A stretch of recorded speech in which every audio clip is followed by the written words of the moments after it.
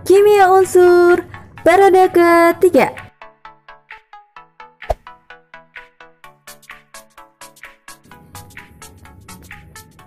Halo sobat, kali ini kita akan membahas tentang unsur-unsur periode ketiga. Nah, seperti biasa, yuk kita simak yang berikut ini. Adapun kompetensi dasar pada materi kali ini yakni 3.8, di mana menganalisis kelimpahan, kecenderungan sifat fisika dan kimia, manfaat, dampak, dan proses pembuatan unsur-unsur periode ketiga. Nah, indikator pencapaian kompetensi kali ini yakni yang pertama menjelaskan contoh manfaat unsur-unsur periode ketiga dalam kehidupan sehari-hari. Yang kedua menganalisis kecenderungan sifat fisika dan kimia unsur-unsur periode ketiga. Yang ketiga menganalisis kelimpahan unsur-unsur periode ketiga di alam. Yang keempat menjelaskan proses pembuatan unsur-unsur periode ketiga. Dan yang terakhir menganalisis manfaat dan dampak penggunaan unsur-unsur periode ketiga.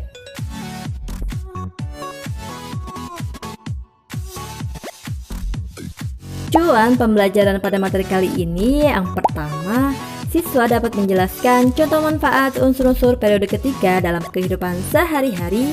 Yang kedua, siswa dapat menganalisis kecenderungan sifat fisika dan kimia unsur-unsur periode ketiga. Yang ketiga, siswa dapat menjelaskan kelimpahan unsur-unsur periode ketiga di alam. Keempat, siswa dapat menjelaskan proses pembuatan unsur-unsur periode ketiga. Dan yang terakhir, siswa dapat menganalisis manfaat dan dampak penggunaan unsur-unsur periode ketiga.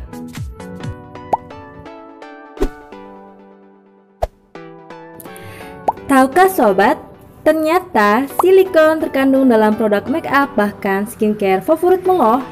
Percaya atau tidak, mari kita buktikan. Nah, meski terdengar seram, keberadaan silikon dalam make up atau skincare sebenarnya merupakan hal yang biasa dan aman apabila kandungannya dalam batas aman.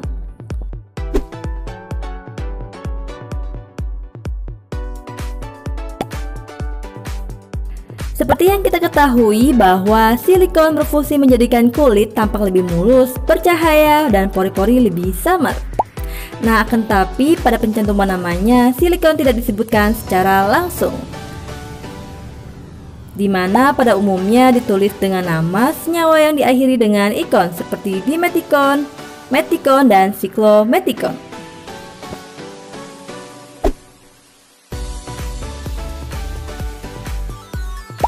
Oh iya sob, ngomong-ngomong berbicara mengenai silikon, unsur ini merupakan unsur golongan 4A yang juga termasuk unsur periode ketiga. Lalu apa itu unsur periode ketiga?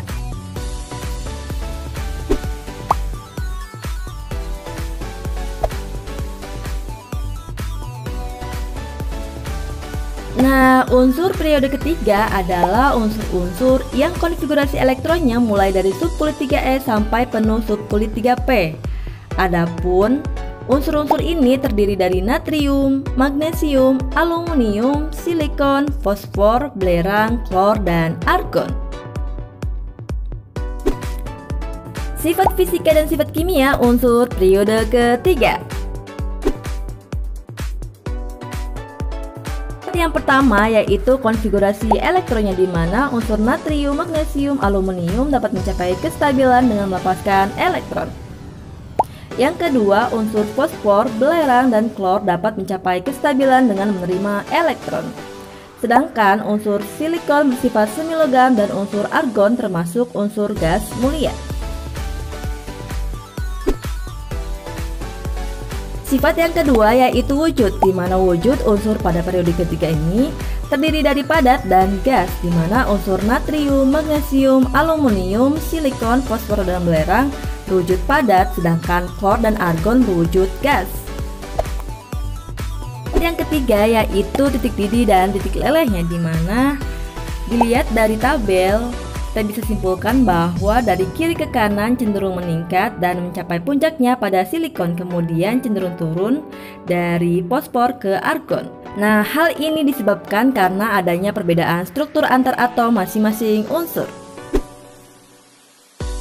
Sifat yang keempat yaitu sifat logam, di mana sifat logam unsur pada periode ketiga ini terdiri dari logam, similogam atau metaloid, dan non-logam. Unsur natrium, magnesium, aluminium bersifat logam, silikon bersifat metaloid, sedangkan fosfor, belerang, klor, dan argon bersifat non-logam. Sifat yang kelima yaitu daya hantar panas dan listrik, di mana kemampuan menghantarkan panas dan listrik unsur periode ketiga ini terdiri dari konduktor, semikonduktor, dan isolator, di mana natrium, magnesium, aluminium bersifat konduktor, silikon bersifat semikonduktor, sedangkan fosfor, belerang, klor, dan argon bersifat isolator. Sifat yang keenam yaitu daya oksidasi dan reduksi. Dilihat dari potensial elektrodanya, unsur natrium merupakan unsur yang paling mudah mengalami oksidasi, sedangkan unsur klor merupakan unsur yang paling mudah mengalami reduksi. Dapat disimpulkan bahwa sifat reduktor dari natrium ke klor semakin berkurang, dan sebaliknya sifat oksidator dari natrium ke klor semakin bertambah. Selanjutnya mari kita bahas kelimpahan, di mana unsur ini ditemukan dalam keadaan bebas maupun dalam bentuk senyawa. Dilihat dari tabel kita bisa simpulkan bahwa unsur silikon memiliki kelimpahan terbanyak di kerak bumi, sedangkan unsur klor memiliki kelimpahan terbanyak di laut di antara unsur periode ketiga yang lainnya.